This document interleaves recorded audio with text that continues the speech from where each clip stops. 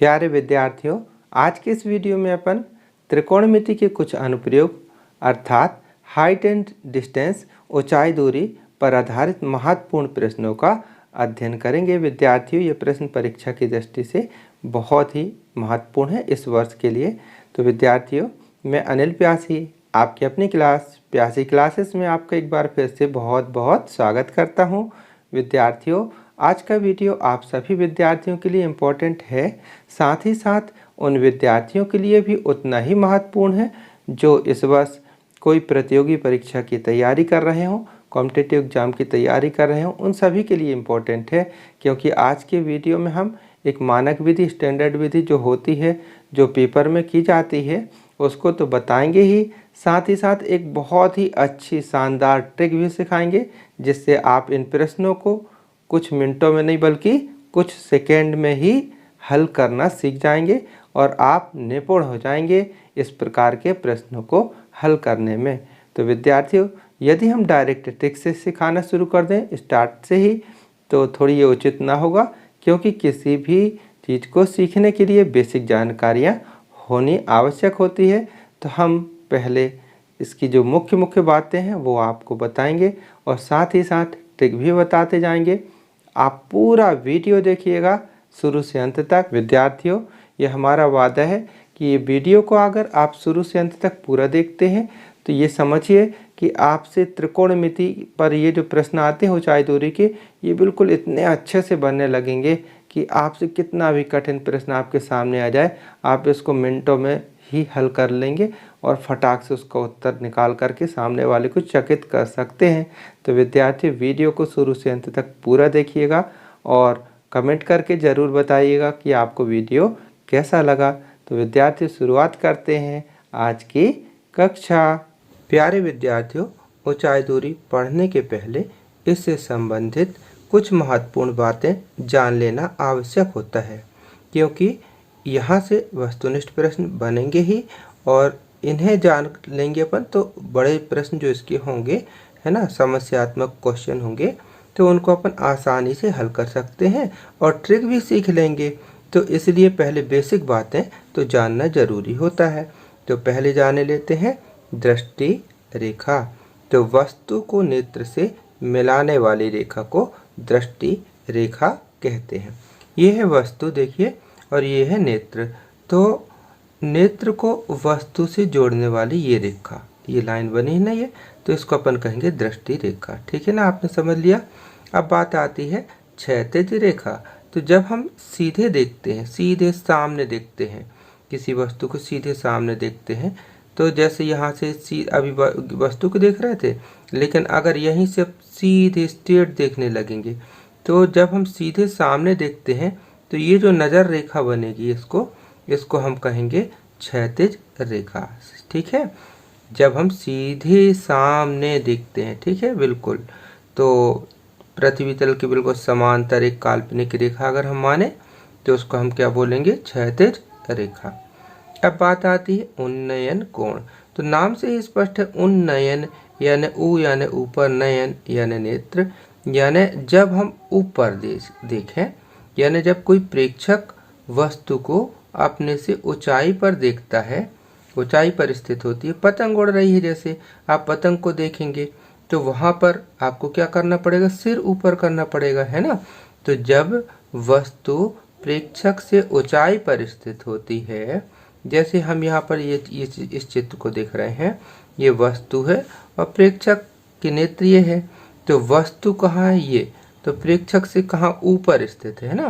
तो जब वस्तु प्रेक्षक से ऊंचाई पर स्थित हो तो प्रेक्षक के नेत्र पर कौन रेखा, क्षैतिज रेखा, दृष्टि रेखा के बीच बनने वाले कोण को उन्नयन कोण कहते हैं, यानी ये वाला कोण उन्नयन कोण कहलाएगा।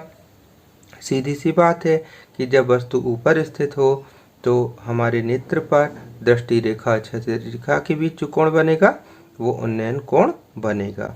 अब बात आती है अवनमन कोण की। अवनमन कोण इसका पूरा उल्टा, यानी जब वस्तु नीचे स्थित है, जैसे आप छत में खड़े हैं और गेंद अगर नीचे गिर गई, तो यदि गेंद नीचे गिर गई तो आप कैसे झांकेंगे, ऐसे। तो अब दृष्टि रेखा कैसी हो जाएगी, इस टाइप से हो जाएगी ना, यानी नीचे जाएगी, वस्तु ये हो गई और नेत्र ये है। तो वस्तु और नित्य को जोड़ने वाली रेखा दृष्टि रेखा हो गई। लेकिन छत से खड़े खड़े यदि सीधे देखेंगे सामने तो हो जाएगी क्षैतिज रेखा। तो ये क्षैतिज रेखा और दृष्टि रेखा के बीच नेत्र पर बना जो कोण कहलाएगा वो अवनमन कोण होगा। अवनमन कोण कब बनेगा? जब वस्तु कहाँ हो? प्रेक्षक से नीचे स्थित हो। तो परिभाषा हो जाएगी, जब वस्तु प्रेक्षक से नीचे स्थित हो या कम ऊंचाई पर स्थित हो प्रेक्षक से, तो क्या होगा? प्रेक्षक की नेत्र पर दृष्टि रेखा और क्षैतिज रेखा के बीच बने कोण को अवनमन कोण कहते हैं। आपने समझ लिया कि उन्नयन कोण तभी बनेगा जब वस्तु हमसे ऊपर स्थित हो, ऊंचाई पर स्थित हो। अवनमन कोण कब बनेगा? जब वस्तु प्रेक्षक से नीचे स्थित हो या प्रेक्षक से छोटी हो। ठीक है ना? तो ये बातें जान लेना आवश्यक होता है, क्योंकि इन्हीं के आधार पर रेखा चित्र बनाते हैं। अब कुछ और बातें भी जाने लेते हैं। ध्यान दीजिए, जब वस्तु की ऊंचाई और छाया बराबर होती है तो उस समय हमेशा सूर्य का उन्नयन कोण कितना होता है? 45 अंश होता है। प्रश्नों में भी अपन इसको देख करके आगे समझेंगे भी। ठीक है, इसको अपन दूसरे प्रकार से भी कह सकते हैं कि जब सूर्य का उन्नयन कोण 45 अंश हो तो उस समय वस्तु की ऊंचाई उतनी होगी जितनी की छाया है। यह छाया कितनी होगी? जितनी की ऊंचाई है। यानी सूर्य का उन्नयन कोण 45 अंश होगा तो उस समय वस्तु की ऊंचाई और छाया बराबर होती है। विद्यार्थी यहाँ से प्रश्न जरूर ऑब्जेक्टिव टाइप पूछे जाते हैं, ध्यान दीजिएगा इसको। ठीक है विद्यार्थी, अब बात करते हैं ये दूसरे पॉइंट की। ये दूसरे पॉइंट में हमने यहाँ पर प्रश्नों को एक आदर्श विधि से किस प्रकार हल किया जाए इसकी एक विधि बताने की कोशिश की है कि प्रश्नों को हल करते समय सबसे पहले प्रश्न को अच्छी तरह से पढ़ करके उसका रेखा चित्र बना लेते हैं। रेखा चित्र यानी कि अपन को जैसे कहा गया पेड़, तो पेड़ के पत्ते बनाने की जरूरत नहीं, हमने एक लाइन खींच देना है, खड़ी लाइन खींच देंगे तो बन गया वो पेड़, है ना। वैसे आप समझेंगे जब अपन प्रश्न को हल करेंगे। तो सबसे पहले क्या बना लेते हैं? प्रश्न को पढ़ करके उस प्रश्न से संबंधित रेखा चित्र। अब जब रेखा चित्र बनाएंगे तो उसमें क्या बना करेंगे? प्रायः समकोण त्रिभुज ही बनते हैं। ठीक है, अब जब समकोण त्रिभुज बनते हैं तो समकोण त्रिभुज में आप जानते ही हैं कि एक कोण 90 अंश और 2 न्यून कोण होते हैं। तो 2 न्यून कोण में से एक न्यून कोण दिया रहेगा, अक्सर करके एक न्यून कोण दिया रहेगा और एक भुजा ज्ञात रहेगी। ठीक है ना। तो अब जब एक न्यून कोण मतलब एक कोण और एक भुजा पहले से आपको मालूम रहेगी तो इस सूत्र का अपन प्रयोग करके दूसरी अज्ञात भुजा हम ज्ञात कर सकते हैं। कौन सा सूत्र रहेगा? एक सूत्र नहीं है, एक प्रकार से ट्रिक है ये कि यहाँ पर लिखेंगे सबसे पहले अज्ञात भुजा ऊपर लिख लेंगे और ज्ञात भुजा नीचे, और जो कोण दिया रहेगा यहाँ लिखेंगे। फिर यहाँ देखेंगे कि क्या आ गया, लंब बटे आधार आ गया तो यहाँ tan थीटा आ जाएगा, लंब बटे कर्ण आ गया तो sin थीटा आ जाएगा। यानी यहाँ कोई भी त्रिकोणमितीय अनुपात आएगा इसके अनुसार आएगा। आप चिंता न करें, जब प्रश्नों को हल करेंगे तो ये पूरी बातें अच्छे से समझ में आ जाएंगी। ठीक है, अभी हमने एक प्रकार से संक्षेप में बताने का प्रयास किया। अब तीसरे पॉइंट में ये है कि यदि चित्र में अवनमन कोण बन रहा है तो उसे रेखा चित्र की सहायता से एकांतर अंतःकोण में बदल लेते हैं, जिससे अवनमन कोण आपको उन्नयन कोण जैसे लगने लगेगा चित्र में। ठीक है, तो ये महत्वपूर्ण बातें थी।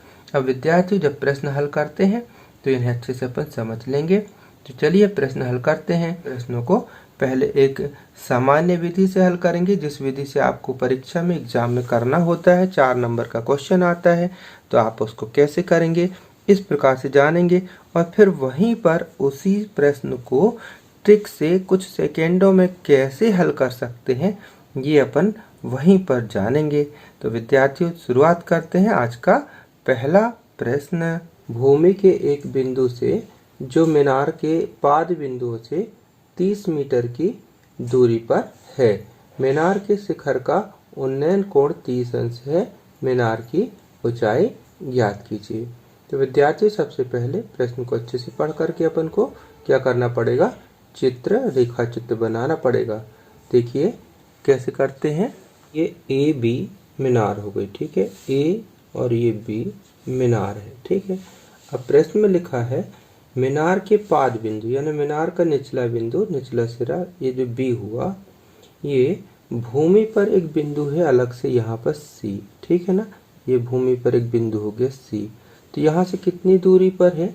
यहाँ से ये 30 मीटर की दूरी पर है। प्रश्न में दिया है ना 30 मीटर की दूरी पर है, प्रश्न में आप देख सकते हैं 30 मीटर की दूरी पर दिया हुआ। ठीक है, अब यहाँ देखें कि यहाँ से अगर मीनार के शिखर को, यानी शिखर ये कहलाया, तो शिखर को देखेंगे तो दृष्टि रेखा ये कहला जाएगी और क्षैतिज रेखा ये कहलाएगी। तो बनने वाला उन्नयन कोण मतलब ये वाला कोण कितने अंश का है? 30 अंश का है। मतलब ये वाला कोण आपको दिया है 30 अंश का है। तो क्या पूछा जा रहा है कि मीनार की ऊंचाई मतलब AB कितनी है ये ज्ञात करना है। ठीक है, तो अपन ने जो चित्र बनाया इसको कहते हैं रेखा चित्र। आप देखिए कि यहाँ पर एक भुजा और एक कोण दिया है और हमको ये वाली भुजा ज्ञात करनी है। तो सबसे पहले लिखेंगे यहाँ पर हल और जो अपन ने चित्र में बनाया है उसको लिखते चलते हैं। तो AB क्या है? तो लिखेंगे माना AB मीनार। ठीक है, AB क्या है? मीनार तथा C भूमि पर कोई बिंदु है। ठीक है ना, भूमि पर कोई बिंदु है। ये विद्यार्थियों लिखना पड़ता है, यदि आप नहीं लिखेंगे तो नंबर नहीं मिल पाएंगे आपको पूरे, क्योंकि ऐसे में स्पष्ट नहीं होगा कि AB क्या है C क्या है। ठीक है, तो इतना ही शॉर्ट में अपन ने लिख दिया। अब कुछ नहीं, अब अपन को लिखना प्रश्नानुसार। ठीक है ना, प्रश्नानुसार यानी प्रश्न के अनुसार क्या क्या दिया हुआ है। तो प्रश्नानुसार BC है ना, तो यहाँ लिख देंगे प्रश्नानुसार BC बराबर 30 मीटर।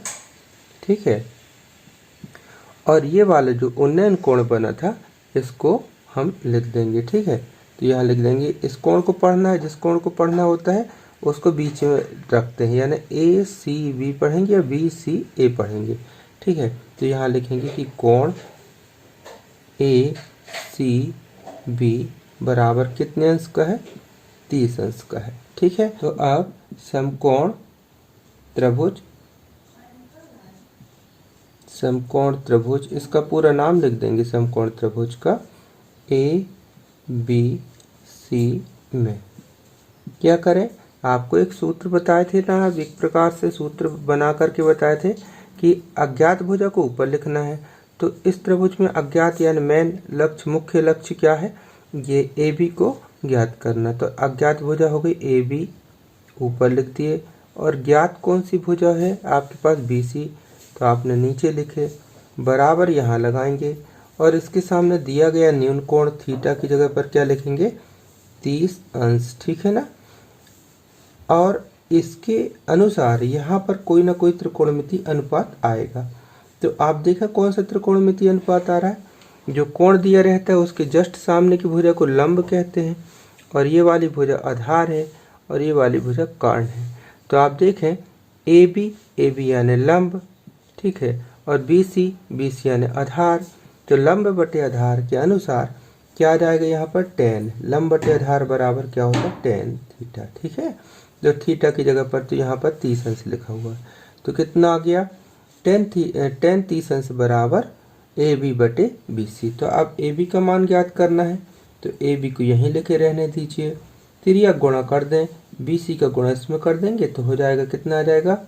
BC गुणित tan 30 अंश। ठीक है ना, तो अब AB बराबर देखें, AB का तो मान ही ज्ञात करना, तो AB बराबर BC का मान तो आपके पास है, कितना है? 30, तो यहाँ पर लिख दिए 30 गुणित।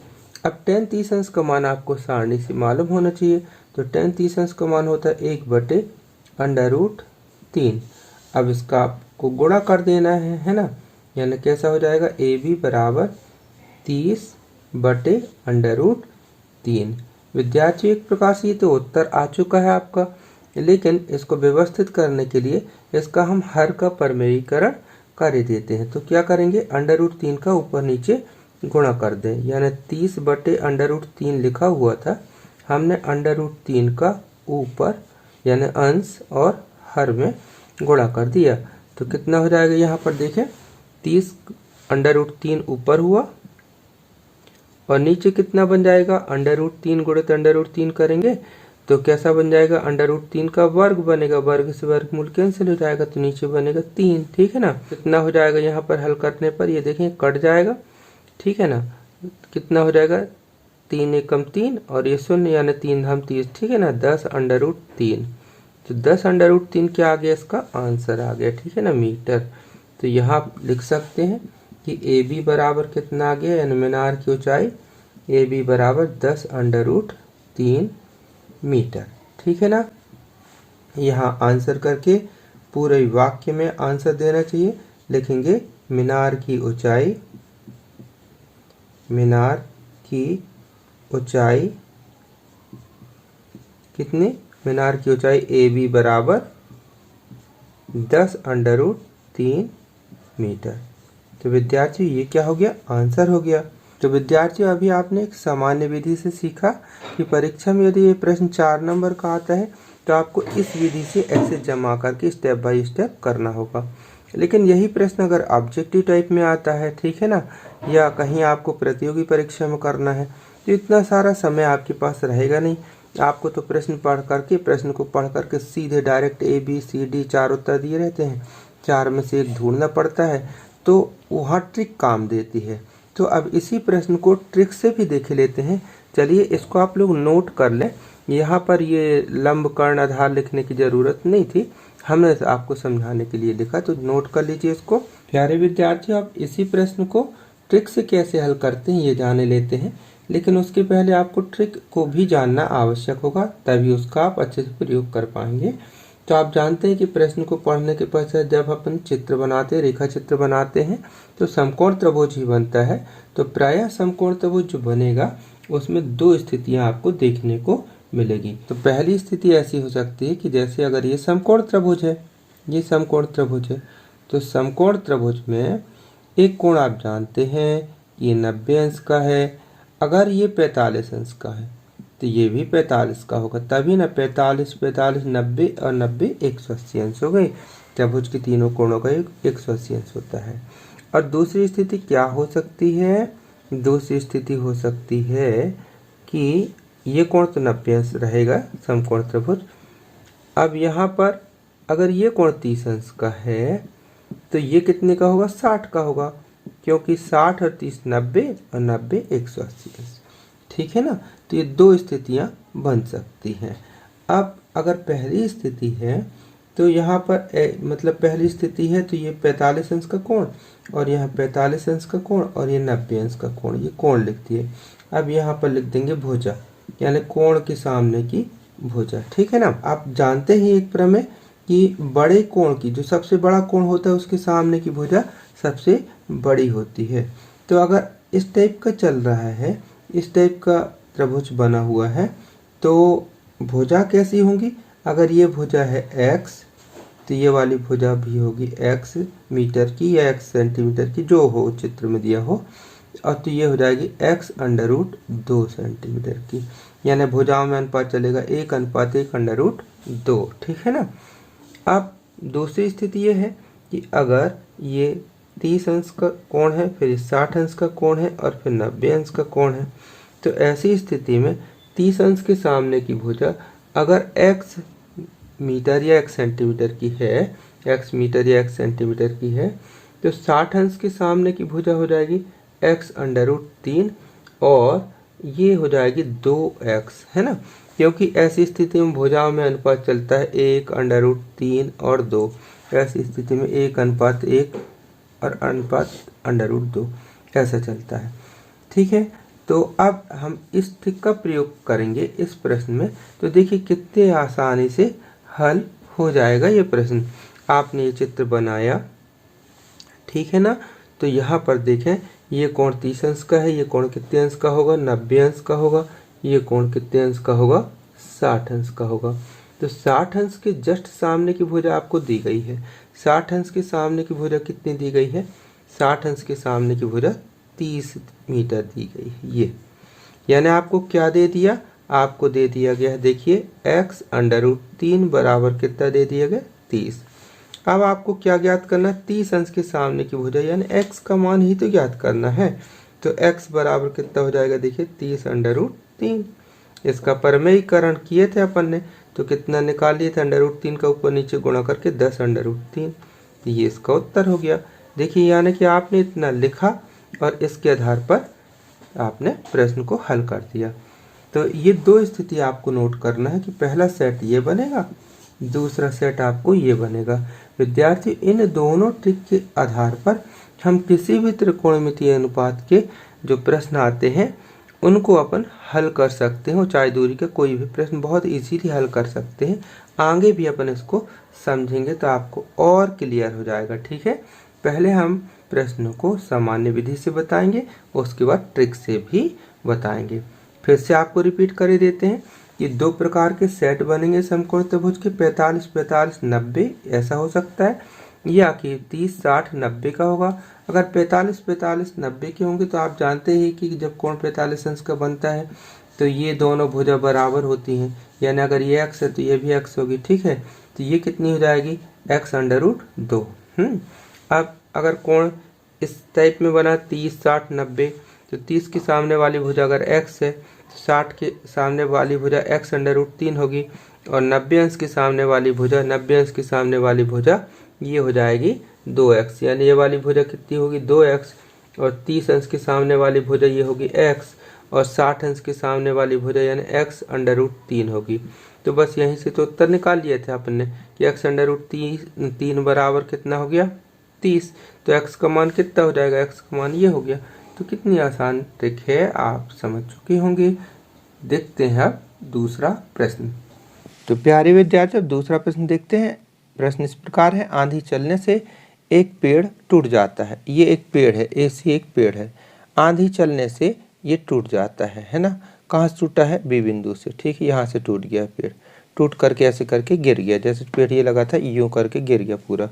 तो आंधी चलने से एक पेड़ टूट जाता है, टूटा हुआ भाग जमीन को इस प्रकार छूता है। टूटा हुआ भाग मतलब ये जो भाग पहले यहाँ से लगा था टूट गया, तो टूट करके ये गिर गया पेड़। ठीक है ना, तो जमीन को छूता है कि वह जमीन के साथ 30 अंश का कोण बनाता है, यानी टूटा हुआ भाग ये हो गया, जमीन हो गई ये, तो इसके साथ ये जो कोण बना ये कितने अंश का बना, 30 अंश का कोण बना। ठीक है, अब पेड़ के पाद बिंदु यानी पेड़ का निचला बिंदु, पेड़ का ये शिखर था और यहाँ उसका ये निचला बिंदु यानी पाद है। तो पेड़ के पाद बिंदु की दूरी, ये मतलब यहाँ तक की दूरी, कहाँ से दूरी, यहाँ से। पेड़ के पाद बिंदु की दूरी, जहाँ पेड़ का शिखर यहाँ पर है ना, पेड़ का शिखर यहाँ आएगा ना, गिरेगा तो पेड़ का शिखर जमीन को छूता है, कहाँ पर छू रहा है, डी बिंदु पर छूता है। तो इसकी दूरी कितनी है, 8 मीटर है, ये प्रश्न में बताया गया। तो कहा पेड़ की ऊंचाई ज्ञात करो, यानी पूरा पेड़ कितना ऊंचा रहा होगा। ये प्रश्न आपके सामने है, देखते हैं कैसे हल करेंगे। बहुत ही सरल है और वेरी इंपॉर्टेंट क्वेश्चन है इस वर्ष के लिए।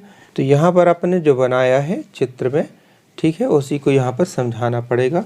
ठीक है, तो यहाँ सबसे पहले लिखते हैं कि माना ये AC क्या है, पेड़ है। ठीक है, तो माना AC पेड़ है, AC पेड़ है, जो बिंदु कहाँ से टूटता है, जो बिंदु कहाँ से टूटा, B से, जो बिंदु B से टूटता है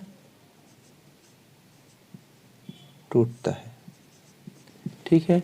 अब बिंदु B से तो टूटा, तो टूटने के बाद उसका शिखर कहाँ जाता है, यहाँ पर। तो यहाँ लिखेंगे टूटता है, टूटने के बाद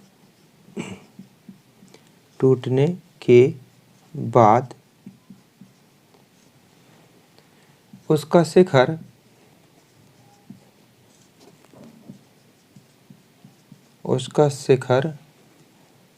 भूमि के बिंदु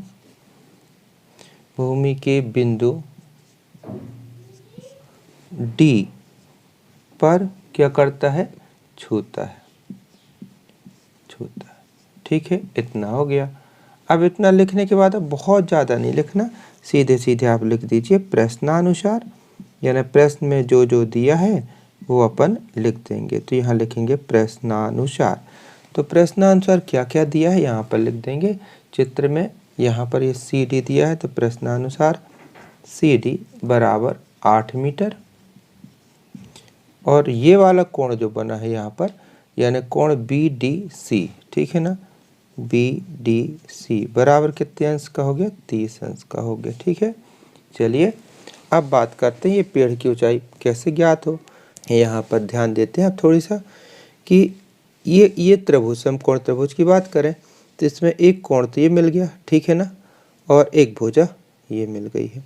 तो इस कोण और इस भुजा की सहायता से पहले हम इस भुजा को ज्ञात कर लें, फिर दूसरी बार में इस कोण और इस भुजा की सहायता से ये वाली भुजा ज्ञात कर लें, फिर इसको और ये जो टूट गया भाग इसको दोनों को अपन जोड़ देंगे तो पेड़ जो टूटा था ऐसा हो जाएगा, यानी कि क्या हो जाएगा, पेड़ की ऊंचाई आ जाएगी।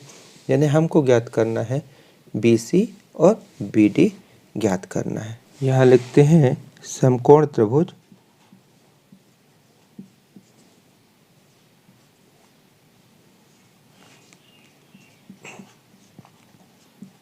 समकोण त्रिभुज को कैसे पढ़ेंगे, BCD है ना, BCD में हमने क्या आपको एक तरीका बताया था कि अज्ञात भुजा को ऊपर लिख देना, ज्ञात भुजा को नीचे लिख देना। तो अपन को ज्ञात पहले क्या करना, BC, तो BC को अपन ने ऊपर लिख दिया, ठीक है ना, BC को ऊपर लिख दिया।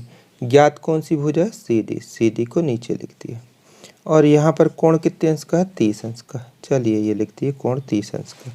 अब यहाँ आप पता लगाइए कि इस समकोण त्रिभुज में ये क्या लिखा है ये। तो यहाँ देखते हैं कोण के सामने वाली भुजा लंब कहलाती है, ये वाली भुजा हो गई आधार, ये वाली भुजा हो गई कर्ण। तो BC यानी हो गया लंब और CD यानी हो जाएगा क्या, आधार। तो लंब बटे आधार क्या होता है, लंब बटे आधार होता है tan थीटा।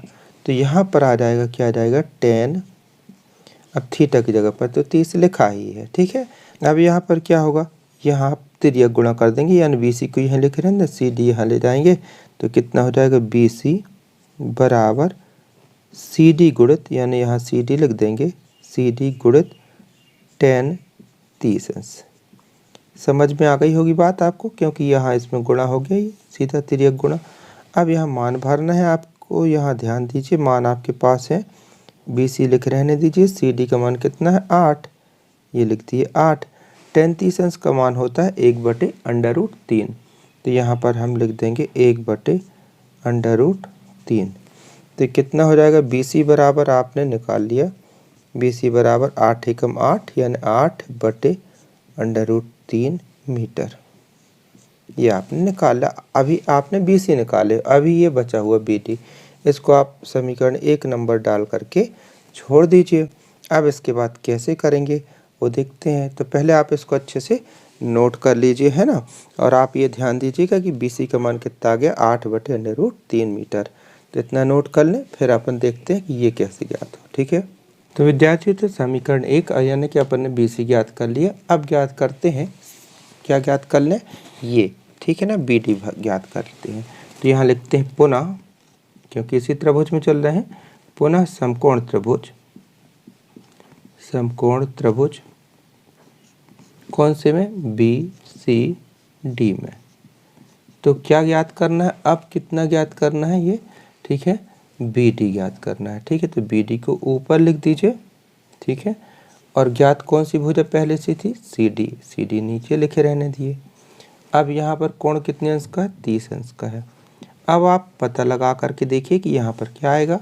तो बहुत सिंपल है, देखिए कि BD, तो BD यानी कि कर्ण ऊपर लिखा है, ठीक है, और CD, तो CD यानी आधार, तो कर्ण बटे आधार क्या होगा, देखिए आपको हमने बताया था ना ट्रिक, LA K ठीक है, ये साइन, ये कॉस, ये टेन, तो इसका उल्टा है, देखिए यहाँ है कर्ण बटे आधार, यहाँ आधार बटे कर्ण, यानी कॉस का उल्टा है ये। तो कॉस का उल्टा क्या होता है, सेक, यानी यहाँ पर क्या आ जाएगा, सेक आ जाएगा, ठीक है ना, ये सेक आ जाएगा, ठीक। तो यहाँ पर अपन ने पता लगा लिया कि कर्ण बटे आधार सेक होता है, तो सेक यहाँ लिख दिए। अब कैसे हल करते हैं, चलिए देखते हैं।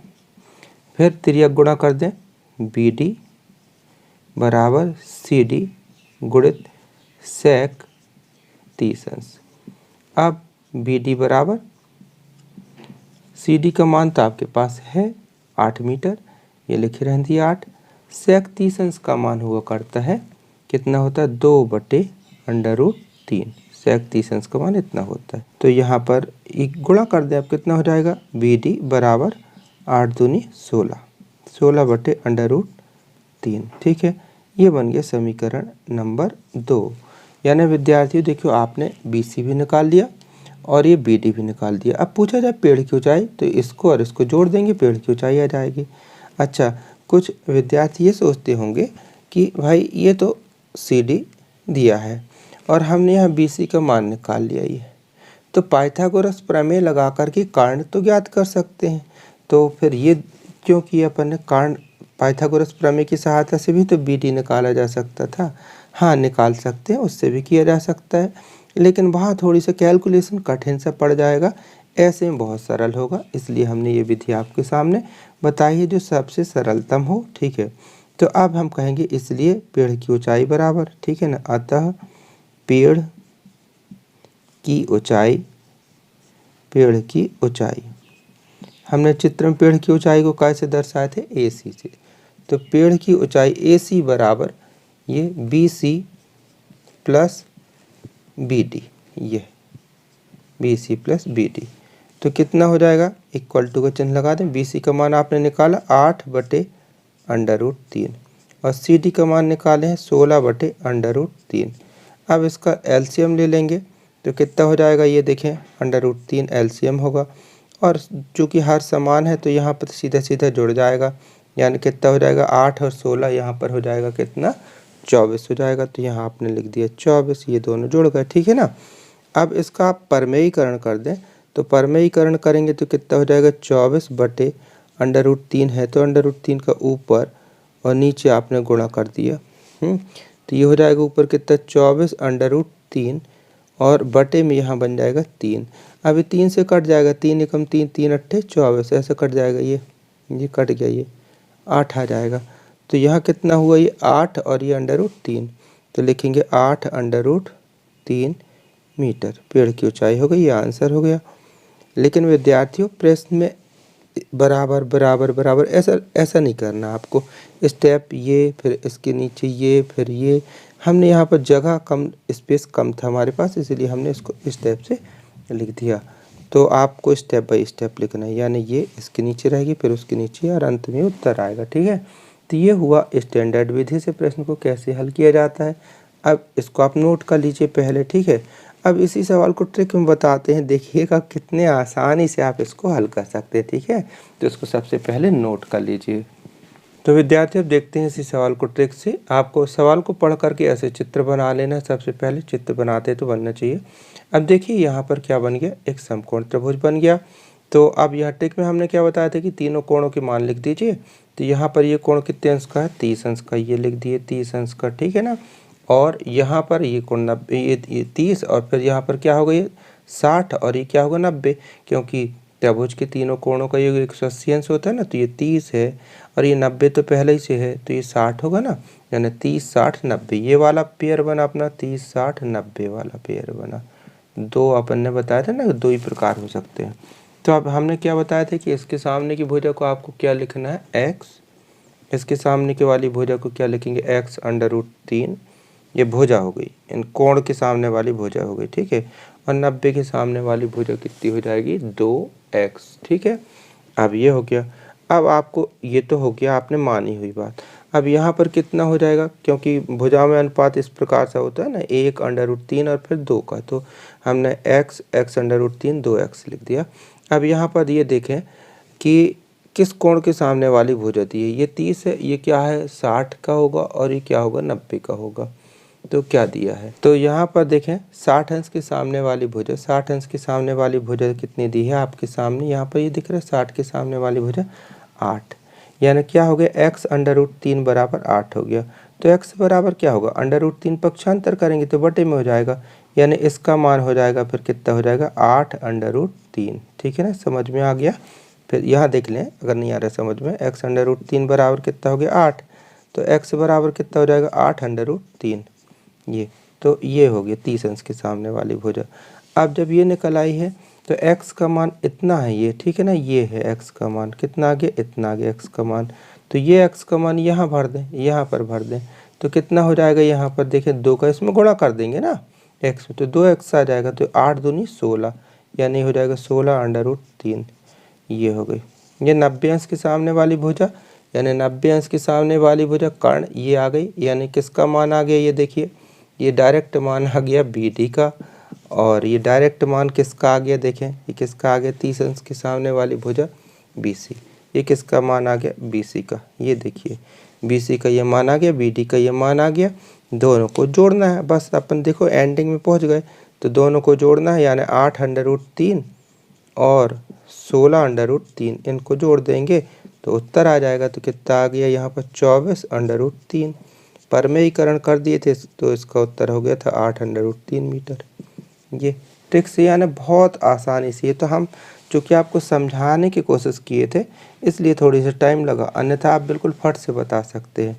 इसी ट्रिक को और छोटी ट्रिक को भी और छोटी कैसे किया जा सकता है तो हम बताते हैं आपको, इसको आप नोट कर लिए, ठीक है। अब इसमें और देखें, एक और आसान है, बहुत आसान है, इसमें आपको कोण और से भी विशेष ज़्यादा मतलब नहीं रहेगा।